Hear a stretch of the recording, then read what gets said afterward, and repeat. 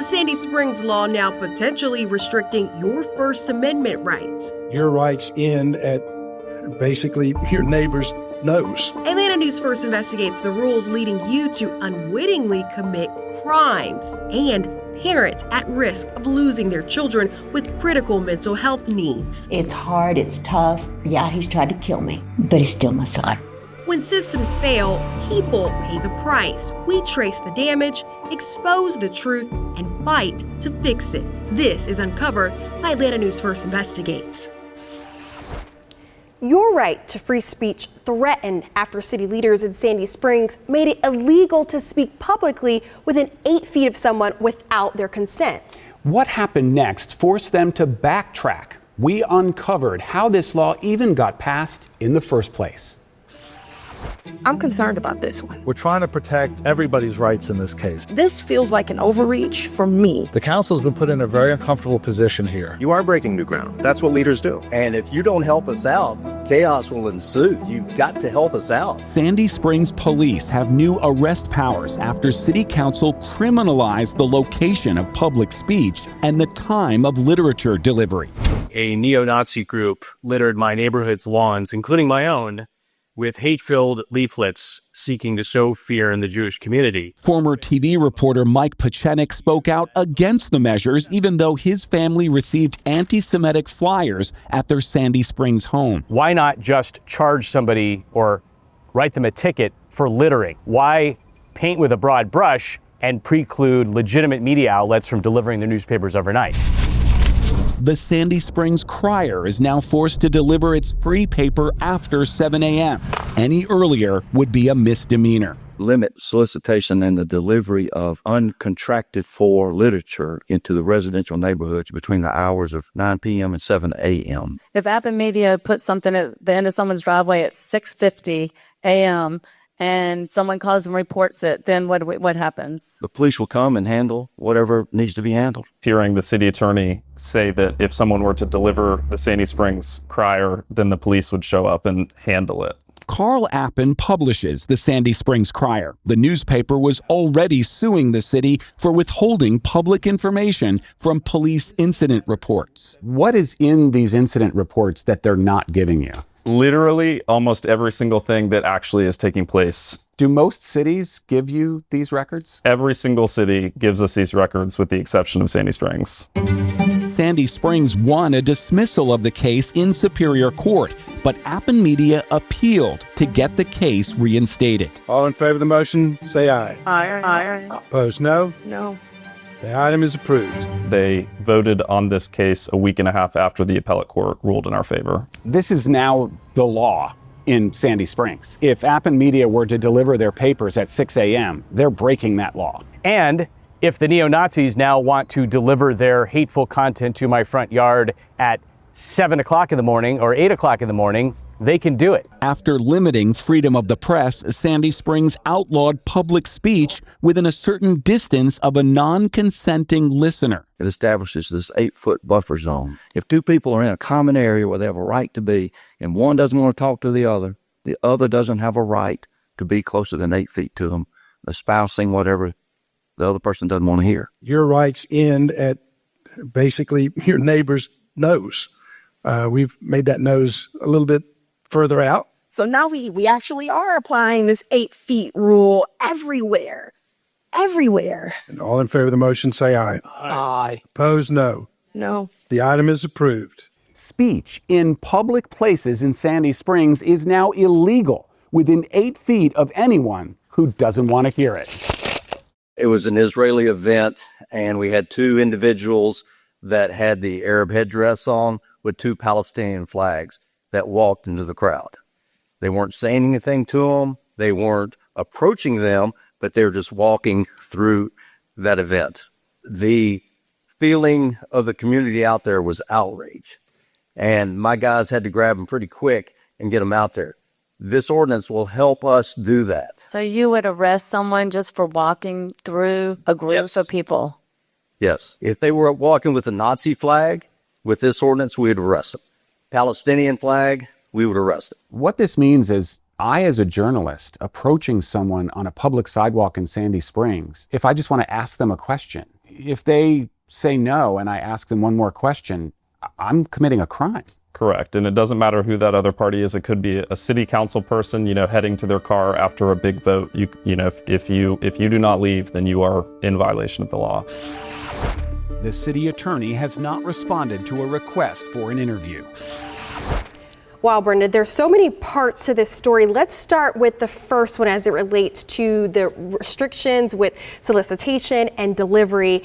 It seems like it was implied in this story, but I want to dig a little further into App and Media feels like that part of the law was in direct response to the back and forth they have with the Sandy Springs Police Department. Well, Sierra, you have to either believe there's a coincidence that they just happen to pass a law that restricts the local newspaper at the same time that local newspaper is suing the city. Of course, the city says it's a coincidence. App and Media thinks otherwise.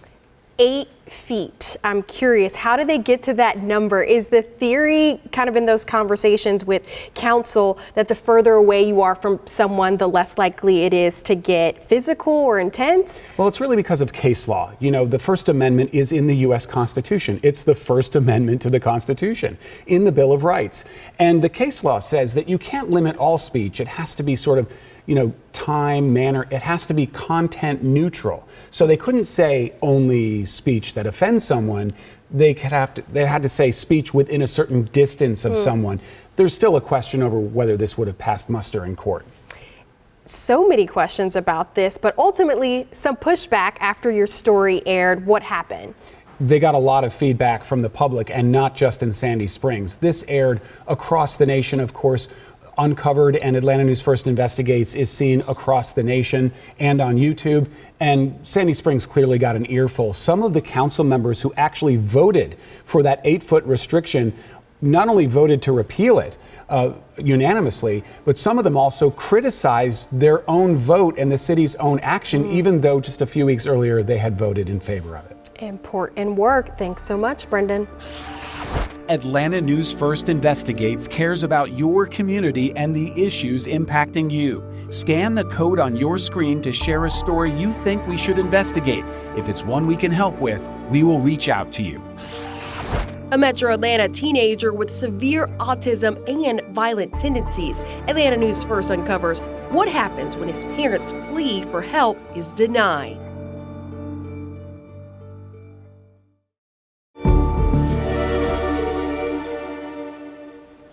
Parents whose children need complex mental health resources say instead of getting help, they're on the verge of losing their own children. And without more state resources for families, we could face dangerous outcomes for our communities. We're setting up a perimeter. Fulton County police officers respond to an early morning burglary call January 9th, a tractor trailer business off MLK Drive. Workers said the suspect threatened to harm himself and others. SWAT arrives. Fulton County Police. It's now a standoff. He said he was going to die. Within the hour, Subject's in custody with a taser deployment. But the suspect, initially believed to be an adult male, actually a child. 14-year-old Jonathan. His mom, Tragedies are preventable Tracy. when people actually listen. Parents sometimes look at kids like mine and say, oh, there's just not enough discipline in the house. There's not enough rules. There's not enough guidance. This is their home schedule? This is not about discipline. Upon completion of... Jonathan has severe autism with violent tendencies. One day earlier, he ran away after hitting mom, according to this missing persons alert filed with Atlanta Police Department. These Fulton County officers on scene did not put the pieces of the puzzle together until... Let's turn it to a show. They searched his name in the system. Jonathan faces burglary charges, while mom faces potential termination of her parental rights. You want to keep your parental rights? I want to keep my parental rights. I have fought, and by that I mean really fought hard. And why is she facing termination of her rights? The state is accusing the mom of abandonment. After the standoff, her son was sent to the hospital where she says staff medically cleared him. Tracy refused to take Jonathan home. I said, I cannot in good faith remove my son from that hospital, feeling like everything is going to be okay. Abandonment, an allegation also listed as a factor at least 539 times in Georgia Division of Family and Children's Services cases back in 2024. The year before, 464 times. But Tracy is adamant this is not abandonment. Instead, a complex issue of resources. The mom just wants the state to help Jonathan get extensive behavioral health treatment to protect him, but also herself. Like right now, she says her broken leg stems from her son's violence. It's hard, it's tough. Yeah, he's tried to kill me. But he's still my son. She's not alone in her fight for specialized resources. The Georgia Advocacy Office filed a class action lawsuit against DFACS last year, alleging the state violated federal law by failing to provide mandated home and community-based mental health services to thousands of children who instead experience repeated and prolonged institutionalization. But child welfare expert Melissa Carter argues questions of culpability, questions of responsibility. The alleged failures exist because the state itself isn't equipped to handle the increased need for complex care. They're expensive, they're specialized. We can't recruit to Georgia enough specialized providers. Next, a Metro Atlanta mother giving up parental rights of her son. Atlanta News First investigates the lack of resources she says forced her to make the difficult choice. We now pick up where we left off, part 2 of this Atlanta News First investigation. It is hereby ordered that the above styled matter is dismissed without prejudice. Tracy is reading a letter from Fulton County Juvenile Court. The judge's decision to dismiss her son Jonathan's case does not bring relief. Instead, rage. They've literally dismissed it and, as I say, pretended that none of it was real. She's taught Jonathan consequences all his life so that he can learn from mistakes. Tracy expected the burglary and criminal damage felony charges would help him understand the weight of his alleged actions back on January 9th. Grab your rifle, I'm gonna call SWAT. Police respond to a burglary call at a tractor trailer business off MLK Drive in Atlanta. It turns into a SWAT standoff for nearly an hour. He said he was going to die. After deploying tear gas, the standoff comes to an end. The suspect, 14-year-old Jonathan. Kind of random, but why were y'all saying, show me your hands when you could literally see my hands? Jonathan was reported missing 1 day earlier after running away. Investigators writing in the flyer description, he has autism with violent tendencies. It's those alleged violent tendencies which overwhelmed Tracy. It's why he's been in the custody of the Division of Family and Children's Services, DFACS, ever since. There's a reason I'm afraid of him. In fact, when we first met her months ago, she could not walk due to injuries she alleges Jonathan caused. Although her leg healed, she says years-long trauma has not. For this reason, she decided to give up parental rights of her son. The behaviors aren't getting addressed, and if he comes home, I'm not going to be able to stop him.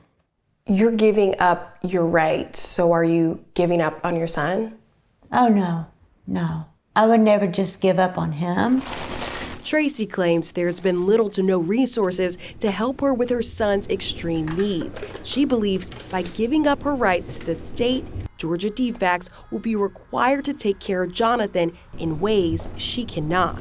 Tracy packed all his belongings in these boxes: clothes, toys, even a letter. It's very heart-wrenching when a parent feels like the only option they have to help prevent any kind of tragic events is to relinquish their rights. Cases like Tracy's are common in the courtroom. Georgia Juvenile Court's senior judge, Peggy Walker. There are no easy answers when you have situations with extreme needs and an absence of resources to meet those needs.